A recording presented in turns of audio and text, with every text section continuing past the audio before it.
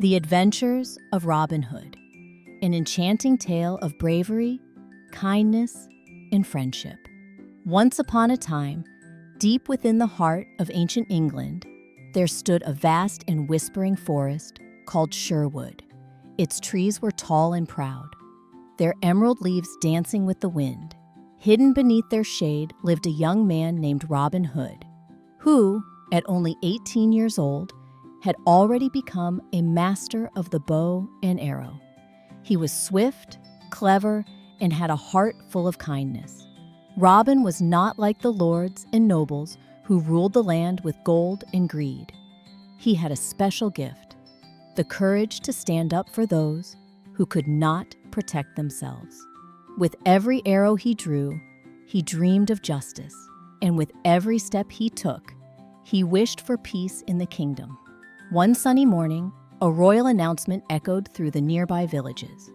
The Sheriff of Nottingham, a proud and boastful man, had declared a grand archery contest. The finest archer in the land, he proclaimed, shall win a golden prize. Robin's eyes sparkled at the thought, not for the treasure, but for the chance to prove his skill, and perhaps change the course of his fate. He set off toward Nottingham, his cloak fluttering in the breeze. Along the path, the forest seemed to sing his name.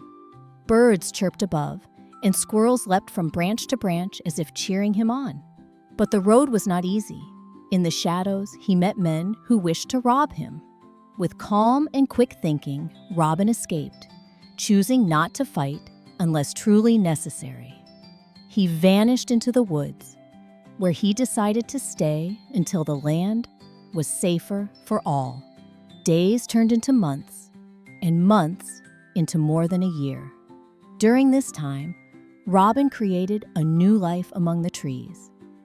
He formed a band of kind-hearted companions who, like him, longed for a world where kindness ruled over cruelty.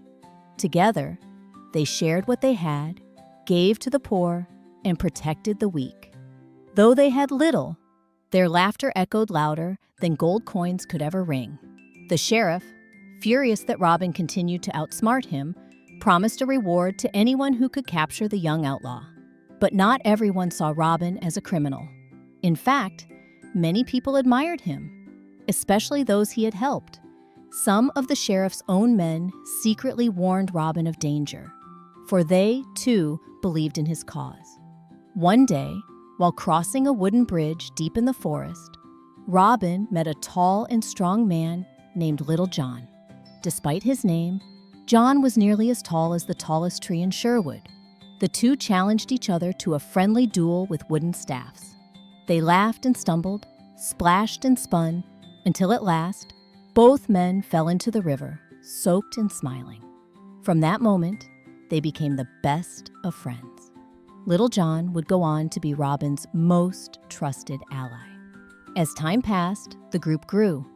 Robin and John met Will Scarlet, a lively swordsman with a brave heart, and Arthur, a cheerful wrestler, with arms as thick as tree trunks. They also welcomed a miller's son named Alan, and a gentle priest who believed in hope more than rules.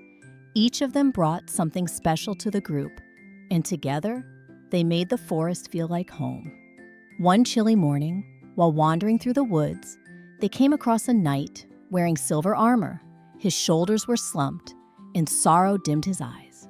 Robin stepped forward and gently asked, "Why do you look so troubled, kind sir?" The knight whispered his tale. His son had been taken by wicked men who demanded gold he did not have. Hearing this, Robin's eyes filled with fire. "No father should suffer such pain," he said. That very day, he and his friends set off on a daring rescue.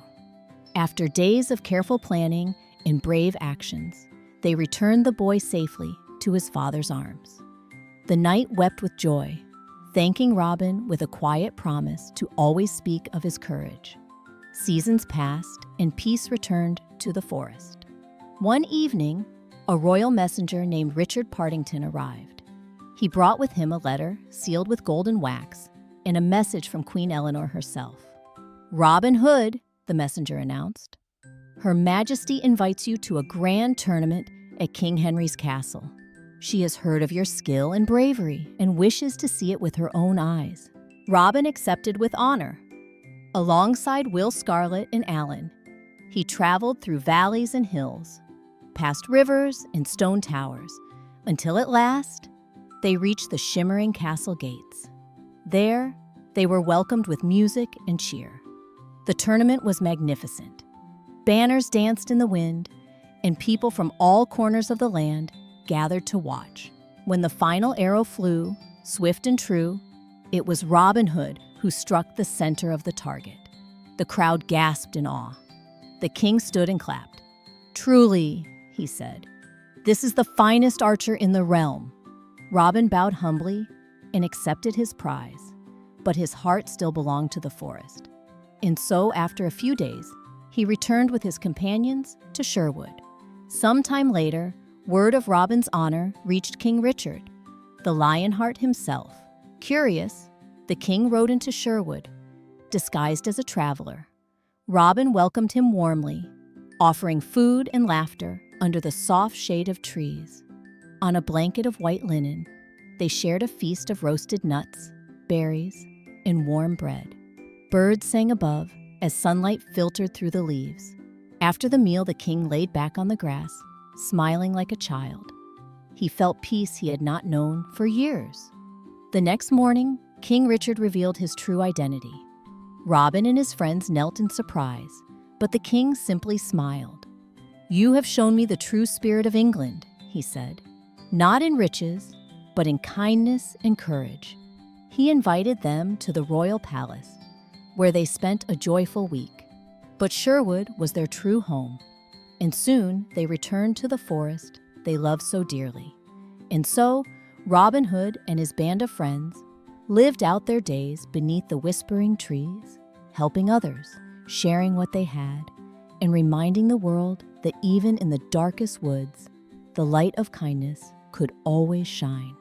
Moral of the story: true greatness is not measured by gold or glory, but by the kindness we offer to others.